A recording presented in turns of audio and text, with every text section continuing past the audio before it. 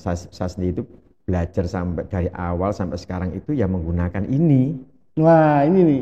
Ini perlu dicatat ini. Ininya apa ini? Ininya ya. Berbicara tadi ya. Segalanya berbicara. Itu. Itu konsep pertama tuh. Prinsip. Prinsip pertama. Iya. Ya.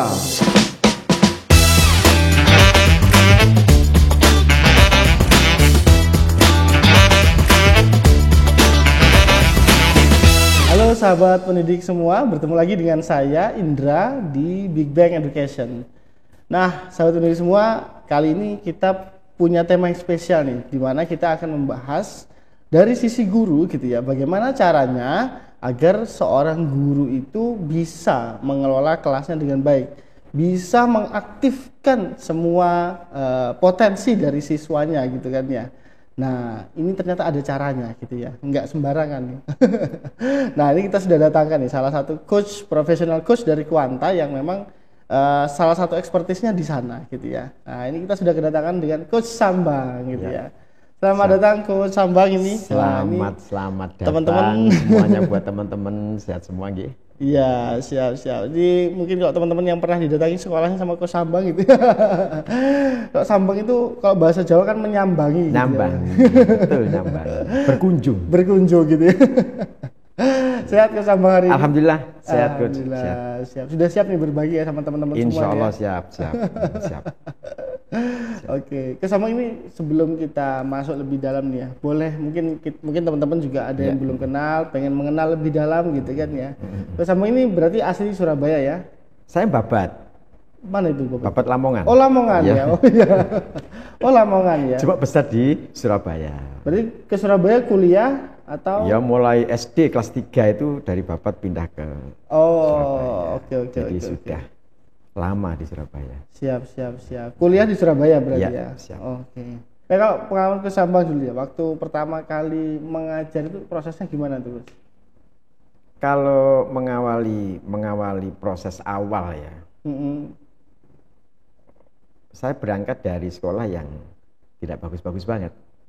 Jadi saya mulai itu dari sekolah yang memang kalau sekarang standarkan dengan status ekonomi itu kategori menengah bawah. Iya.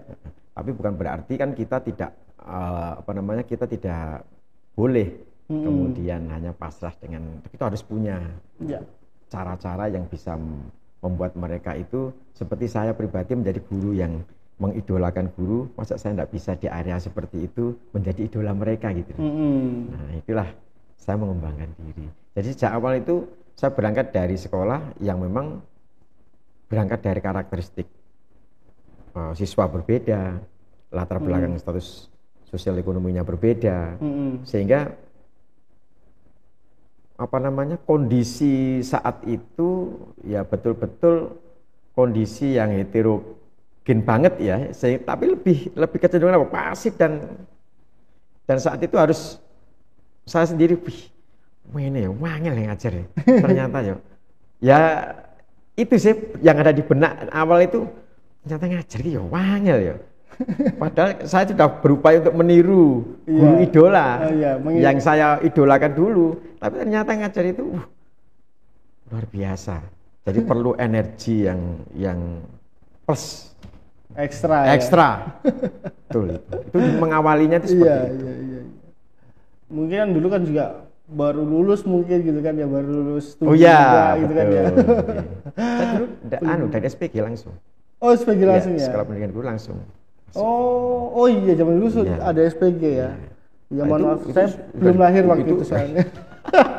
Itu sudah dibekali banyak sebenarnya. Oh, di SPG ilmu ya? Di metode teknologi pendidikan ada semua sebenarnya saat itu. Tapi ya seperti itu, begitu dihadapkan di lapangan, luar biasa.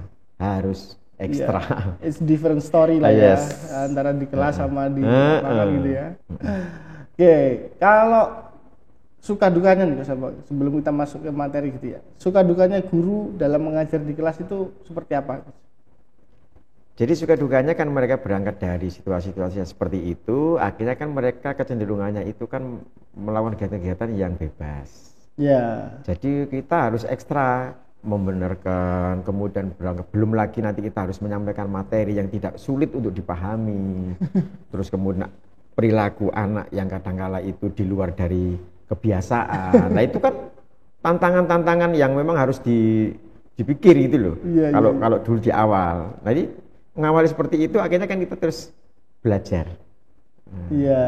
Jadi sukanya ya kalau kita menghadapi, tapi melihat mereka itu mampu memberikan senyuman pada kita itu sebenarnya suka banget Siap. gitu. Jadi kalau kalau kita berbicara duka itu sebenarnya apa ya?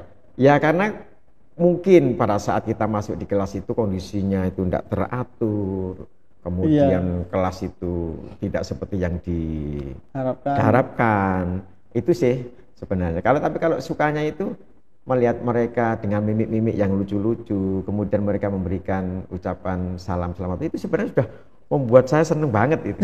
Iya, suka banget itu. Itu sih sebenarnya suka dukanya itu. Iya. Artinya terbayarkan gitu ya. Iya. Lelahnya gitu. Iya, betul. Kalau capeknya capek. Iya, betul. Mohon maaf, Coach. Capeknya capek. Enggak ada yang enggak capek kayaknya. Iya, betul. Luar biasa itu. Iya, tapi dengan senyuman tadi melihat mereka mungkin sukses. Iya, itu kebanggaan yang luar biasa itu ya. Iya. Tuh. Tapi mungkin tadi ya, yang saya garis bawahi mungkin dukanya ketika kita masuk kelas itu, kelas berantakan iya. gitu ya. Siswanya wis Karena memang apa ya, dari proses berangkat dari lingkungan yang berbeda itu kan tidak bisa langsung buka telapak tangan, tidak bisa. Iya. Itu sih rasain dukanya. Iya, apalagi kok sekolahnya biasanya mohon maaf ya, ini kalau yang di pelosok. Iya. Gitu ya. Saya pernah masuk kelasnya tuh, waduh. Kalau kita bayangin teman-teman kita di sana itu kan gitu kan, luar biasa. Nah, tapi gimana sih Coach caranya? Ada nggak sih caranya? Misalkan kita nih sekolah kita nih tadi ya di pelosok, siswanya pokoknya orang tuanya itu pokoknya anaknya sekolah, nggak ngurus tentang pendidikan. Artinya aware tentang pendidikannya tuh rendah gitu ya. Gimana caranya kita bisa nggak sih kita kelola kelas itu dengan optimal gitu, dengan maksimal gitu? Ya mentes gitu. Iya, bisa banget Gus. Artinya kan semua itu kan bisa kita apa ya? Kita coba itu dengan strategi-strategi, kita coba dengan belajar banyak lah. Kalau kita yang selama ini saya pelajari itu kan memang kan ada yang terkait dengan itu, sehingga nanti saya sendiri itu belajar sampai dari awal sampai sekarang itu ya menggunakan ini. Wah, ini nih, ini perlu dicatat ini. Ininya apa ini? Ininya ya. Ininya itu kalau saya selama ini tuh menggunakan ya dengan segala keyakinan ya. Smart teaching itu adalah andalan saya. Oh, smart teaching ya. Oke, jadi kalau teman-teman guru yang kesulitan mengatur siswanya di kelas, nah ini bisa pakai smart teaching ya. Itu andalan saya. Tapi belum tentu andalan saya itu bisa menjadi andalan orang lain loh. Oh iya betul, tergantung pembawaan juga. Pembawaan kan gitu. Gimana tuh Coach Sambang? Boleh diceritakan mungkin? Jadi sebenarnya gini, Coach ya, kalau kita menerima kata ya istilah smart teaching itu kan pembelajaran yang mengubah proses belajar. Itu ya lebih bergairah dengan segala nuansa. Dan nuansa di situ kan ada di kelas itu. Ada nuansa perbedaan. Iya tuh. Yang paling banyak. Kemudian ada nuansa interaksi. Ya, kemudian ada nuansa bagaimana kita bisa membuat sebuah kelas itu menjadi kelas yang ideal. Nah, itu di smart teaching ini sebenarnya. Di smart teaching ini sebenarnya. Karena saya meyakini kenapa? Karena saya sudah mengimplementasikan smart teaching ini sudah 18 tahun yang lalu. Dan itu hasilnya, ya mohon maaf ya Coach, hasilnya itu sudah bisa dirasakan oleh putra putri peserta didik itu sampai hari ini itu menyampaikan kesan yang, mohon maaf ini, kesan yang luar biasa. Senang banget. Jadi saya itu alhamdulillah kalau di mana-mana itu mesti mohon maaf Bos. Iya. Dikenali Pak Sambang. Jadi sering kali saya itu, Pak Sambang mesti. Artinya dicintai oleh siswa-siswinya gitu ya, putra-putrinya itu ya. Itu saya loh, dari saya pribadi loh. Dan saya memang merasakan itu. Ya, memang ya itu salah satu hadiah ya, gift kalau kita jadi seorang guru dan berkesan gitu kan ya. Itu memang selalu diingat oleh siswa-siswinya gitu ya. Maka saran saya gunakan smart teaching. Gimana caranya menggunakan smart teaching? Ini yang perlu kita dalamin ini. Mumpung beliau hadir di sini gitu ya. Jadi kalau kita berbicara smart teaching, maka ada poin-poin yang harus didalami, kemudian dipahami, dan nantinya pada akhirnya nanti harus diimplementasi. Dan itu melalui best practice seperti itu. Nah, dalam smart teaching itu kan ada materi yang namanya orkestrasi, suasana yang menggairahkan. Suasana saja tidak menyenangkan, menggairahkan. Kemudian ada orkestrasi, landasan yang kukuh. Bagaimana mereka punya landasan yang kukuh dengan segala keyakinan bahwa saya adalah guru yang terbaik. Mohon maaf, tidak untuk niatan sombong, tapi membangun kita untuk menjadi guru yang terbaik. Di situ ada landasan yang kukuh. Terus kemudian ada lagi presentasi prima. Bagaimana seorang guru mampu memberikan presenter, menjadi presenter yang baik itu bagaimana? Kalau kita selama ini dididik, ya, diarahkan di beberapa channel TV dengan presenter handal, kenapa kita tidak bisa seperti itu? Gitu loh. Itu tantangan kan? Itu ada di materi smart teaching. Presentasi prima. Iya. Belum nanti kita mempelajari karakteristik mereka dengan modalitas belajar. Itu ada di situ semuanya. Belum lagi terkait dengan pengelolaan kelas. Itu ada semuanya. Nah, nanti terakhirnya nanti kita harus punya bekal yang namanya tandur. Menanam, bukan ya? Iya, tandur itu menanam sambil mundur. Itu kalau filosofi yang dibangun oleh Hernowo itu di bukunya itu tanam sambil mundur gitu. Kalau nanam maju kan rusak. Seperti itu. Iya. Kayaknya jangan diteruskan yang nanam sambil maju. Iya. Kembali ke smart teaching aja ya. Jadi itu. Jadi kompleks kok. Materinya itu kompleks. Dan itu kalau digunakan, dipraktekkan di dalam kelas, saya punya keyakinan suasananya beda. Pasti ada perbedaan. Oh, jelas itu. Nah, mungkin ini kesama. Ya, ini kan karena waktu kita kan nggak bisa mungkin panjang-panjang gitu. Karena kalau smart teaching ini perlu berapa hari kalau pelatihan bersama? Kalau kita pelatihan langsung itu minimal itu 3 hari. Oh, 3 hari kan nggak mungkin kita sampai. Oh, nggak bisa kita instan langsung sehari, nggak bisa. Kalau sehari nanti bisa dipakai sub-subnya. Iya, betul. Gitu.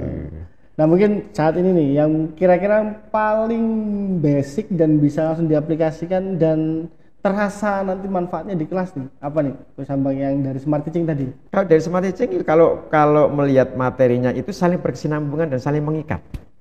Oh, gitu. Nah, sekarang kita masuk di awal aja ada asas. Asas itu harus dipahami benar. Oke. Bawalah dunia mereka dunia kita. Itu bagaimana? Kan kita harus praktek itu. Kan kita tidak bisa masuk ini guru, saya Sambang, kamu murid. Nah, itu kan berarti ada gap. Nah, bagaimana kita bisa mampu masuk di dunianya mereka? Iya. Nah, baru setelah kita bisa masuk di dunia mereka, kita ajak mereka ke dunia kita. Dunia kita di dunia apa? Nah, dunia kita kan dunia yang ribet. Iya. Iya kan? Iya. Dunia yang penuh dengan aturan. Anak-anak itu kan seneng Coach, melakukan aktivitas di kelas dengan jam kos itu kan seneng banget. Mereka bisa main, mereka bisa lari-lari, kan seneng banget. Lah kalau sudah ditarik gini, dunia guru itu dunia yang bagaimana? Kan dunia yang ada aturannya. Nah, itu perlu ada prosedurnya, ada aturan dan prosedurnya, kan seperti itu. Tapi kalau kita belum mampu masuk di dunia mereka, itu bisa diterima gitu loh. Itu dari asasnya saja, belum prinsip. Beda lagi nih. Ya beda. Asasnya itu yang mendasari, kemudian muncullah prinsip yang harus dilakoni loh. Iya. Oke, prinsipnya apa aja? Kayaknya ini makin lama makin makin spesifik. Jadi kalau asasnya saja bawalah dunia mereka ke dunia kita, baru antar dunia kita ke dunia mereka. Itu asasnya. Nah, kalau kita berbicara prinsip yang pertama jelas. Segalanya itu everything, it speak. Segalanya itu berbicara.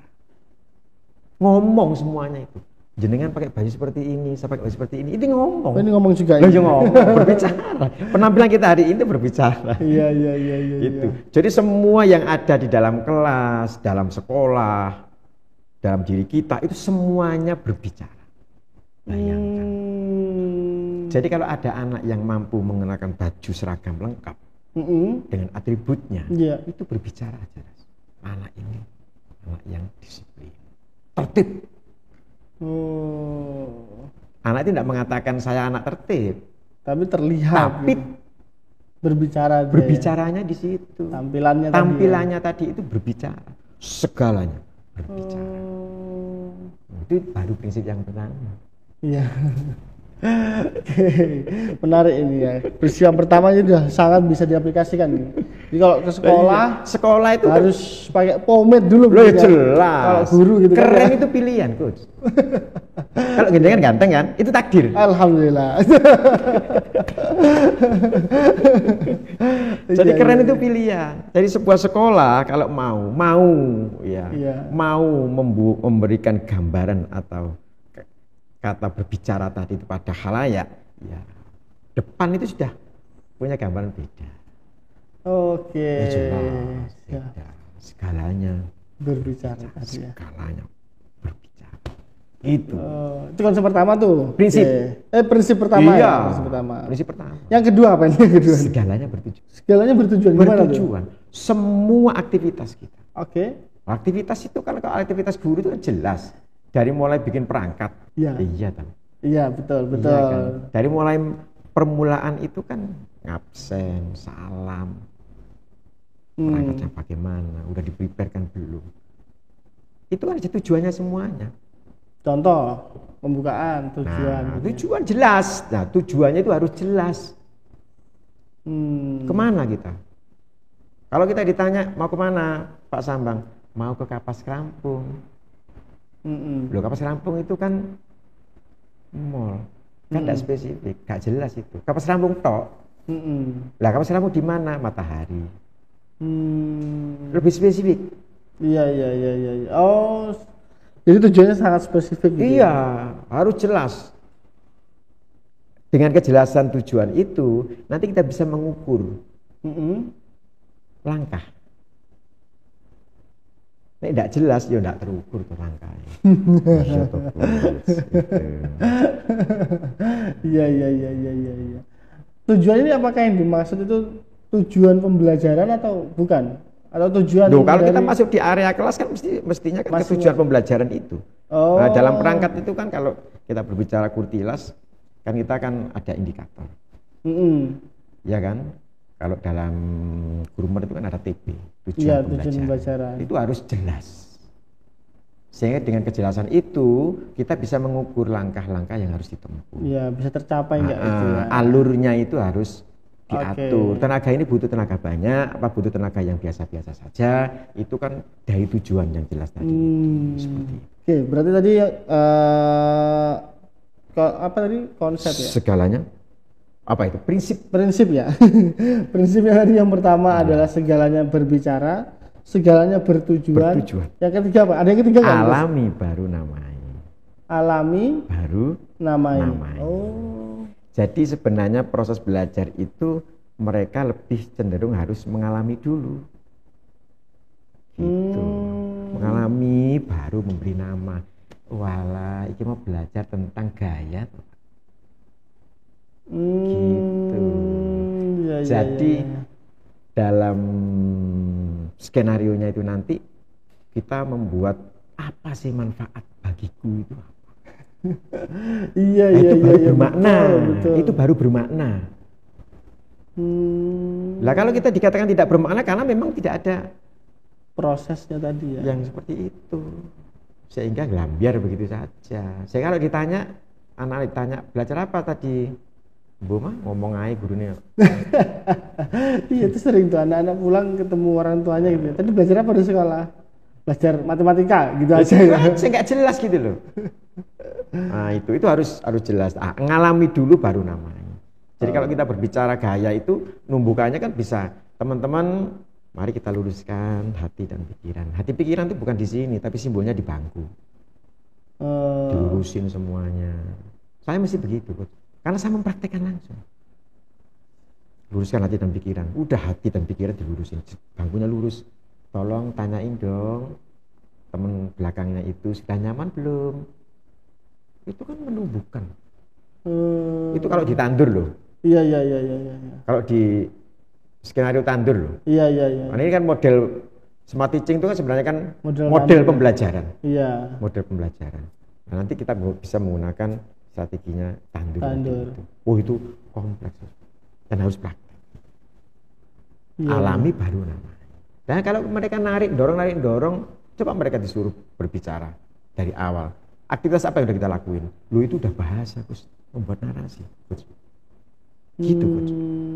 Itu sudah integrated dengan mapel yang lain. Jadi kalau ada integrasi mata pelajaran, ya seperti itu, smooth. Nggak terasa. Nggak terasa. Coba ceritakan. Mereka udah berbicara. Tadi kita memulainya dari meluruskan bangku, terus lu kan berbicara, teratur, iya kan, terstruktur. Nah gitu. Nah, kan anak sekarang kan kecenderungannya kan tidak berani ngomong kan juga. Nah itu berbicara. Oh gini. Oh nah tarik Pak, dorong Pak. Nah tarik sama dorong itu kamu membutuhin apa? Tenaga. Nah tarik sama dorong itu disebut apa? Kan gaya. Kembali yang ke pelajaran. Jadi narik, dorong, gaya itu. Jadi gaya itu apa? Tarik sampai dorong, Pak. Loh, iya, Coach. Jadi nggak perlu harus dihafal nih. Iya. Nggak perlu. Jadi mereka mengalami baru kayak memberi nama, labeling. Mantap. Menarik. Itu. Iya. Ini berharga ini. Bisa dipraktekkan nih. Cari apa temanya gitu. Kira-kira apa nih yang bisa membuat mereka bergerak melakukan sesuatu sehingga mereka paham. Oh, setelah mereka melakukan baru dikasih nama sehingga mereka ngerti. Oh, aku tadi melakukan ini. Iya. Gitu. Seperti belajar tentang tokoh. Yang nempel coba amati kelasmu. Sebutkan nama-nama tokoh. Yang bisa menyebutkan langsung. Raise hand. Langsung. Kan anak paling itu observing ya. Scientific approach. Amati, observing. Loh, bayangkan. Kita harus mampu smart teaching. Siap. Ini ya tadi karena ini mungkin juga perlu jam terbang juga ya memang semuanya kan perlu latihan. Iya. Perlu ada latihan. Dan kalau nggak mau latihan ya nggak bisa kita. Dan saya sudah melakukan itu dengan kurun waktu yang lama. Sehingga sudah sangat alhamdulillahnya menjiwai banget. Menjadi jiwa ruh untuk jalan menjadi seorang guru. Dedek kita, Mas. Coach betul. Jadi kita tidak akan mudah terombang-ambing, kan itu punya prinsip. Iya. Itu kalau kita belum berbicara tumbuhkan, kalau ditumbuhkan itu orang ngomong itu sudah punya mind mapping di otak. Dan tumbuhkan kan gampang, kan mesti salam, nanyain kabar, lo kan sudah tumbuhkan. Jadi sebenarnya prinsip itu sebenarnya kalau mau diimplementasikan di kehidupan sehari-hari, pas banget itu versi saya loh. Saya sarankan itu baru prinsip loh, Coach. Baru prinsip. Iya. Baru satu bagian tuh ya. Tadi asas dan prinsip gitu ya. Asas dan prinsip. Nah, kalau berbicara prinsip keempat, prinsip kelima kan menarik. Itu kita mobilitasnya tinggi tuh anak. Kalau ada yang keempat dan yang kelima? Ada. Apa ini? Jadi setelah alay baru namanya, akui setiap usaha mereka. Lo bayangkan. Wajib untuk mengakui usaha mereka. Jadi akui setiap usaha, sekecil apapun usaha yang dilakukan oleh siswa kita. Siswa peserta didik berhak atas pengakuan. Bayangkan sedetail itu memanusiakan peserta didik. Menarik. Loh iya, Bos. Jadi sehingga kita berangkat kemana-mana itu, alhamdulillah itu kita bisa kalau kita bisa menjiwa itu kita bisa, wah ternyata harus ada pengakuan. Iya. Dan pengakuan itu kan bukan hanya dari materi, tapi dari simbol-simbol kita yang bagus. Iya. Itu kan akui. Iya. Harus mendapatkan. Diapresiasi. Oh jelas diberi apresiasi. Seperti Jadi yang keempat tuh. Itu keempat. Berarti kita ulang nih dari yang pertama nih. Ya. Yang pertama tadi berarti kan segalanya berbicara. Segalanya bertujuan. Segalanya bertujuan. Terus alami baru namai. Terus yang keempat ini akui setiap usaha. Akui setiap usaha ya. Akui tadi ya poinnya ya. Iya. Akui setiap usaha. Yang kelima, ini ada berapa sih sebenarnya? Lima saja. Banyak 5. Yang terakhir berarti ya. Jadi kalau yang kelima itu, kalau memang apa yang kita pelajari itu layak, iya, ya dirayakan. Harus ada perayaan, Bu. So iya. Ini beda sama akui tadi ya? Beda yang sama yang akui tadi ya? Beda. Akui kan semua hal yang terkait dengan aktivitas materi yang kita pelajari, jika layak dipelajari, layak pula untuk dirayakan. Dirayakan itu artinya sebagai closingnya. Ya kan? Sebagai penutupnya. Nah, itu harus ada perayaan, tidak langsung ya selamat siang, assalamualaikum warahmatullahi wabarakatuh. Harus ada perayaan sebelum kita mengakhiri dengan salam. Oh iya, dan layak dipelajari itu bisa pesan yang berupa moral, bisa video motivasi, bisa yel-yel yang menggairahkan semangat mereka untuk tidak capek pulang. Lu itu kan perlu, coach, anak-anak itu. Jadi pulang itu anak-anak itu seneng gitu loh. Enggak terus ulung-sung gitu. Capeknya kelihatan banget itu enggak. Jadi mereka itu wajahnya semeringat terus. Gitu. Happy terus. Happy gitu ya, di sekolah gitu ya. Jadi happy every day, every time, everywhere. Oke. Dari 5 tadi. Contoh merayakan nih Pak, sama gimana caranya merayakan ini? Jadi merayakan itu begitu materi sudah dalam posisi up, posisi klimaks. Ya, saran saya tidak terus dijejeli PR, ya mohon maaf loh ya, atau tugas. Jadi sebenarnya PR tugas itu include di dalam, tapi tidak merasakan bahwa mereka ada tugas. Loh itu kan punya strategi sendiri. Jadi perayaan ya khusus memberikan mereka penutup materi dengan perasaan yang senang, perasaan yang gembira, perasaan yang nyaman, kembali ke pangkuan orang tua. Itu perasaan gak capek sama sekali. Nah perayaan contohnya itu bisa kita, biasanya kalau saya loh ya, dalam di praktis best practice itu bisa putar film. Sudah siap melihat film? Siap, seneng anak-anak itu. Jadi film itu kan kita pilih, nggak asal film tuh. Iya, edukatif lah ya. Ya edukatif. Jadi film-film yang durasinya tidak terlalu panjang sehingga pas untuk penutup. Kalau penutupnya itu misalnya kita estimasi waktu 15 menit, itu paling enggak kan 5 menit cukup. Iya. Nah, ya seperti itulah. Cukup. Tuh. Perayaannya seperti itu. Kemudian ada pesan-pesan moral yang bisa membangun mereka. Ya bergantung materinya saja. Oke. Kalau Kesambung ini ngajar apa kalau di sekolah? Guru kelas. Oh guru kelas, SD berarti ya? Ya SD. Oke. Masanya SD. Ya, memang guru itu kan kalau menurut saya ada seninya ya. Maksudnya punya ciri khas masing-masing gitu ya. Yeah. Sebagai seorang guru tuh pasti ada jurus-jurus yang dia punya. Memang dia ahli gitu ya. Kalau pimpinan saya dulu menyampaikan dulu sebelum saya jadi ASN itu ya ngajar itu seni, the art of teaching. Iya. Seni. Ada seninya tadi kan ya. Artinya nggak semua guru itu sama caranya, pasti beda-beda kan ya. Dan memang nggak ada salah benar gitu kan di dalam seni kan ya. Betul. Ya nggak ada salah benar. Nggak ada. Yang pas dengan orang itu seperti apa gitu kan ya. Sesuai passionnya. Nah, mungkin tadi ada pola yang mungkin bisa kita pelajari, bisa kita manfaatkan gitu kan ya, untuk bisa menunjang apa yang kita miliki gitu ya. Untuk mengajari kelas itu biar Betul, bisa lebih betul. optimal gitu. Betul. Mulai dari tadi kan ada asasnya tadi kan Asasnya. ya. Tadi Kemudian asasnya bawalah dunia mereka ke dunia dunia kita. kita. Baru antarkan dunia kita ke dunia mereka. Itu jangan langsung gitu Jangan ya. langsung. Kalau langsung mereka udah Nggak bisa. antipati ya. Dia pasti punya Barrier ya. barrier. Betul. Oke. Caranya dengan tadi 5 tadi ya. 5 itu. Prinsip tadi Prinsip ya. tadi. Yang pertama segalanya berbicara. Pastikan ke sekolah itu dalam keadaan yang optimal gitu ya guys ya. Harus pakai pomade gitu ya. Siap. Nah, terus harus pakai wangi-wangian gitu ya. Biar di kelas itu nuansanya beda gitu ya. Termasuk mungkin di sini kelasnya sendiri ya Gus ya.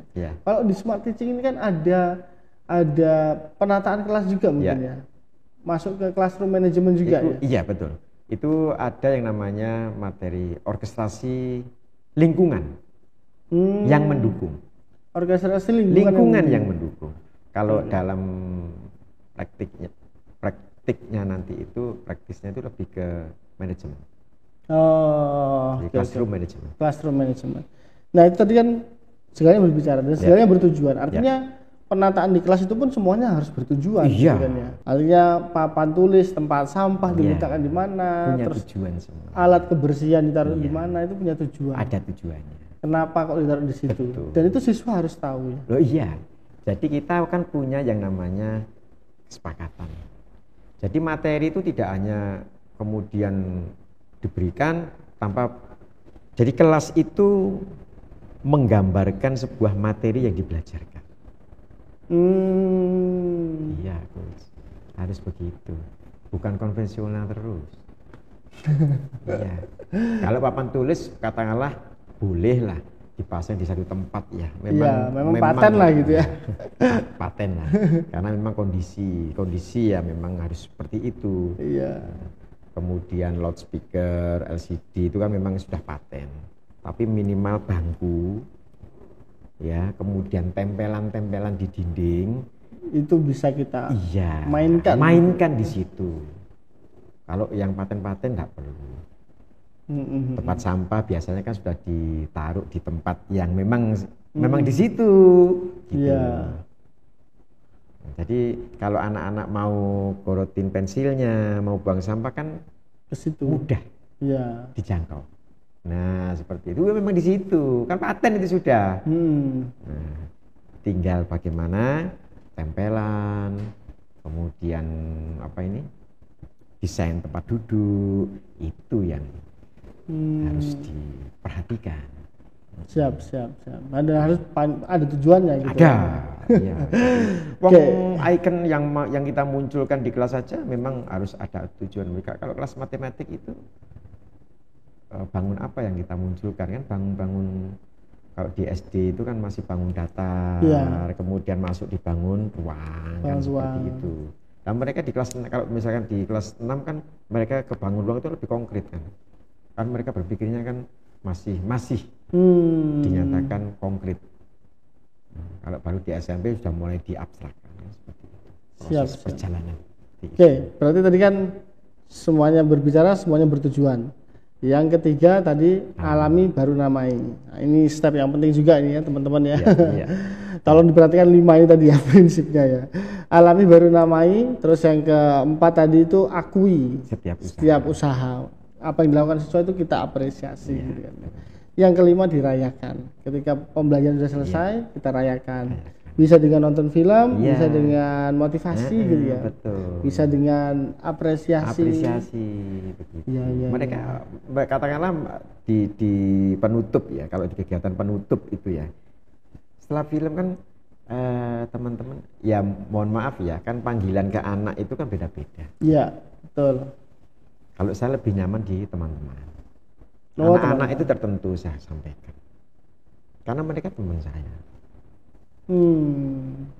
Prinsip tadi ya, bawalah tadi asas tadi.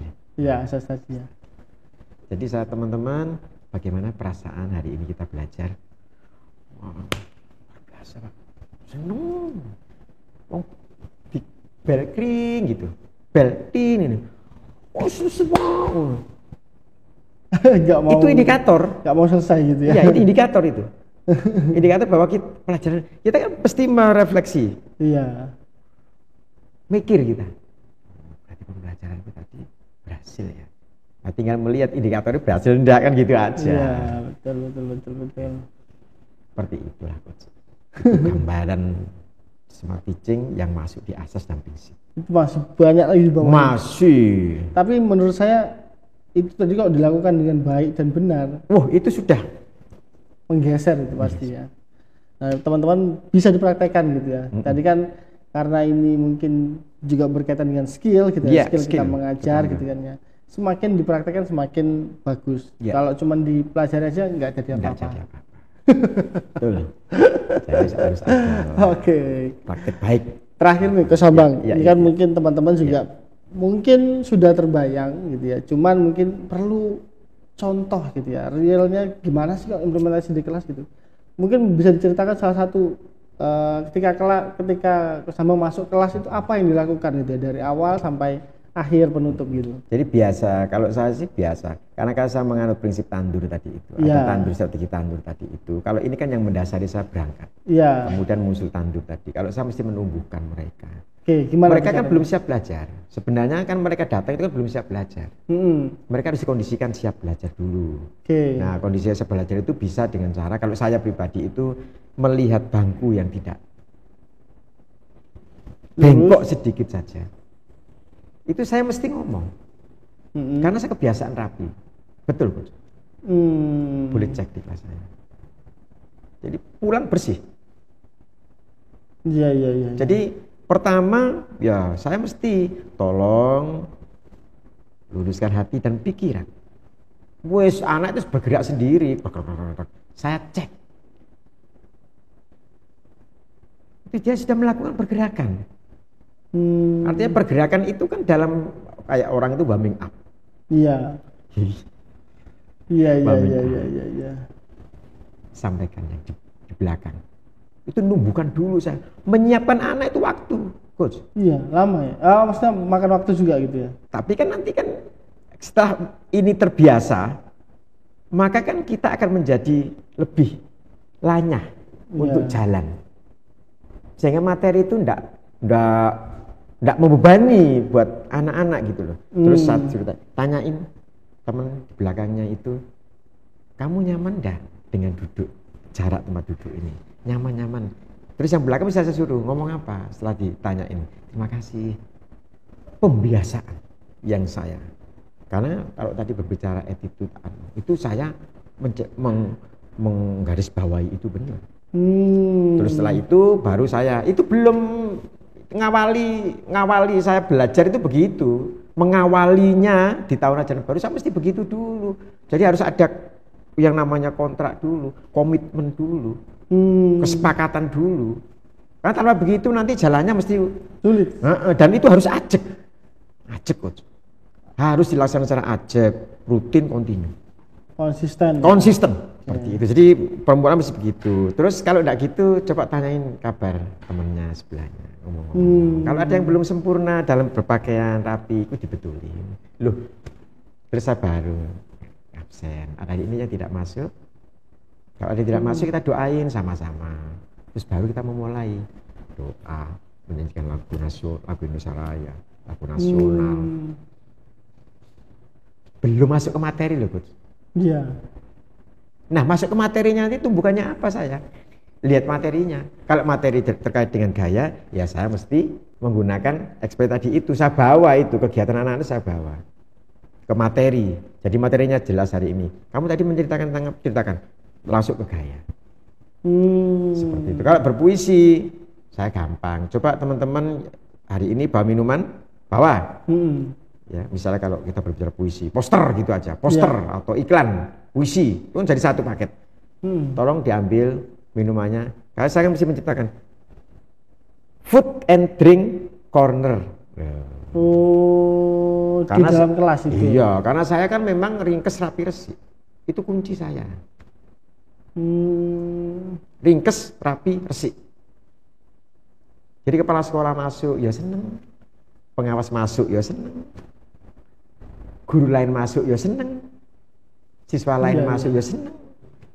Terbawa suasana di situ gitu. Nah, itu mengawali itu setelah mereka mengambil, coba amati bendamu. Keluarkan satu kata terkait dengan yang kamu bawa. Oh, itu puisi nanti itu digandeng jadi satu, tulis depan. Tulis. Coba baca. Teng stop. Coba bacamu pakai hati. Dia botol putih tabung. Itu kan puisi. Nah, seperti itu kita membacanya, dan tergantung materinya apa sehingga kita bisa ditumbuhkannya itu seperti itu sih. Artinya perlu menumbuhkan dulu, menyiapkan tadi. Betul. Oke, setelah tumbuhkan baru masuk ke alami tadi ya, yang di prinsip tadi ya. Di tandurnya. Di tandurnya. Kalau di prinsipnya kan kita kan jelas kok. Jadi segalanya bertujuan, segala berbicara bertujuan alami. Alami ini nanti ada di tandur tadi ya. Oke, alami baru namai. Terus dia demonstrasikan. Nah, di demonstrasi itu kan harus ada sebuah, kalau sekarang itu kan yang disarankan yang disarankan di Kurmer itu kan jelas model pembelajarannya. Oke. Ada PJBL, ada problem. Ya, ada project based learning, ada problem based learning, ada discovery learning, ada inquiry learning. Itu sarang. Dan itu diberi contoh. Kenapa? Karena memang posisi Kurmer itu kan supaya anak-anak akan tumbuh kembang secara optimal. Yang di kurikulum Merdeka ya. Terakhir rayakan tadi itu kalau saya pakai, kalau berbicara TPEX, teknologi pedagogik content knowledge, ya kan sudah ada. Wah, ini menarik sekali nih. Alhamdulillah, bisa berbagi seperti ini dengan teman-teman itu sudah barokah banget. Iya, betul sekali, dan ini nggak terasa juga waktunya udah hampir 1 jam ya, 40 menit kurang lebih ya. Artinya memang kalau kita bicara proses pembelajaran dalam kelas itu kayaknya nggak ada habisnya gitu. Nggak ada habisnya. Gimana kita kalau bahasa sekarang mengoprek gitu ya. Iya. Mendinamisasi kelas itu agar tetap tadi relevan dengan zamannya, tetap dia bisa aktif gitu ya, siswanya itu bisa siap untuk belajar gitu. Dengan tidak meninggalkan toto kromo. Iya, betul sekali. Karena salah satu yang penting ditekankan juga di kurikulum Merdeka kan juga karakter kan ya. Ya. P5 itu kan ya karakter ya. Proyek penguatan. Sampai ini kan berarti kan sudah melalui berbagai zona kan ya, dari mulai dulu gitu kan sampai dengan sekarang kan. Mungkin dulu proses mengajar ilmu pendidikan mungkin nggak seberkembang sekarang gitu kan ya, aware dari masyarakat. Dulu kan pokoknya sekolah lah ya gitu. Nah itu apa yang dirasakan selama perkembangan zaman kan sampai sekarang masih ngajar nih Kak Sambang nih. Yang dirasakan apa nih Kak Sambang? Sebenarnya perkembangan itu kan memang betul-betul ya, sebenarnya sih sesuatu itu berkembang itu kan sebuah keharusan ya.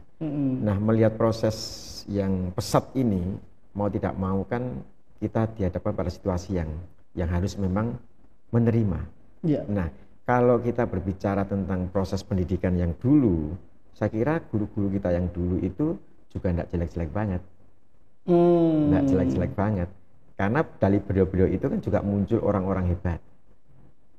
Iya kan? Iya. Nah, tidak jelek-jelek banget sebenarnya. Nah, kalau kemudian seiring waktu itu kan teknologi. Iya. Dampak teknologi itu kan luar biasa. Karena dampak teknologi inilah kemudian guru harus belajar kembali bagaimana membuat sebuah kelas itu menjadi lebih bergairah, kemudian lebih, kalau orang bilang itu lebih eksotis gitu ya.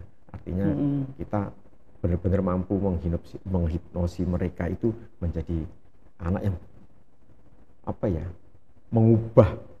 mengubah pola belajar mereka dengan segala nuansanya itu bagaimana. Itu tantangannya di era digital itu seperti itu. Jadi memang guru harus terus tumbuh, berkembang, belajar itu terus, nggak bisa guru berhenti, nggak bisa. Jadi kalau kita nggak mau menerima tantangan itu ya kita akan menjadi penonton dan kita pasif, dan kita nggak bisa memberikan manfaat yang berarti buat Iya. anak didik kita. Seperti itu sih. Siap. Ya memang sih, memang sekarang kan ya kita semua lah, nggak Iya. cuma guru kalau menurut saya. Harus banyak belajar gitu kan Betul, ya. betul. Apalagi kalau dibandingkan dulu kan alat atau tools kita untuk belajar itu kan sekarang sangat terbuka ya. Terbuka, mudah banget. Mau di YouTube, mau di buku, e-book, TikTok. dan TikTok ya dan TikTok sebagainya. tuh didaktik metodiknya di TikTok semua. Siap. Ya emang harus segera beranjak lah kita Iya, gitu ya. iya. Betul. Kalau di Kuanta kan juga ada quote yang menarik gitu kan ya. Hanya guru pembelajar yang boleh mengajar kan Iya. ya. Nah itu Itu. mungkin salah satu yang mencerminkan Betul. juga gitu. Siap itu, betul itu. Sepakat itu. Ya, terima kasih banyak Coach Ambang. Sama-sama. Mudah-mudahan Coach. bisa sharing lagi dengan kita gitu ya. Amin, pangestune ya. Ya, dan yang paling penting teman-teman silakan dipraktekkan tadi ya, asas dan prinsipnya itu sudah bisa dipraktekkan, tinggal dijalankan aja gitu kan ya. Ya, siap. Mudah-mudahan Kalau- bisa berdampak positif Ya, gitu lah ya. amin, Yang amin. kita inginkan kan tidak hanya teori saja tapi Ya. bisa diimplementasikan gitu ya. Yang bingung implementasinya gimana, bisa kontak tim Kuanta, kontaknya ada di bawah. Atau bisa ada rekomendasi buku mungkin Coach yang mau Kalau buku di Kuanta mungkin biasanya kan bukunya kan masuk di smart learning-nya itu. Oh ya, di jurusan guru juga ada Ada, ya. gitu kan ya, jurusan guru. Atau mungkin kalau mau cari referensi guru, referensi buku yang Iya, lain juga silahkan gitu ya. Yang paling penting adalah diaplikasikan dan bisa berdampak di kelasnya masing-masing. Siap. Terima kasih banyak sekali lagi Sama-sama Coach Coach, Ambang. luar biasa. Mudah-mudahan bisa Matur nuwun sangat sharing-sharing atas lagi. waktunya. Ya, siap. Oh saya yang terima kasih ya. Kita tutup sama-sama nih Coach Ambang. Sudah Iya, tahu iya. penutupannya ya. Salam Semoga bermanfaat. Oke, Siap. 1, 2, 3. Semoga Semoga bermanfaat. Terima kasih banyak sekali lagi Sama-sama. Coach Ambang. Keren sekali ini ilmunya. Salam literasi.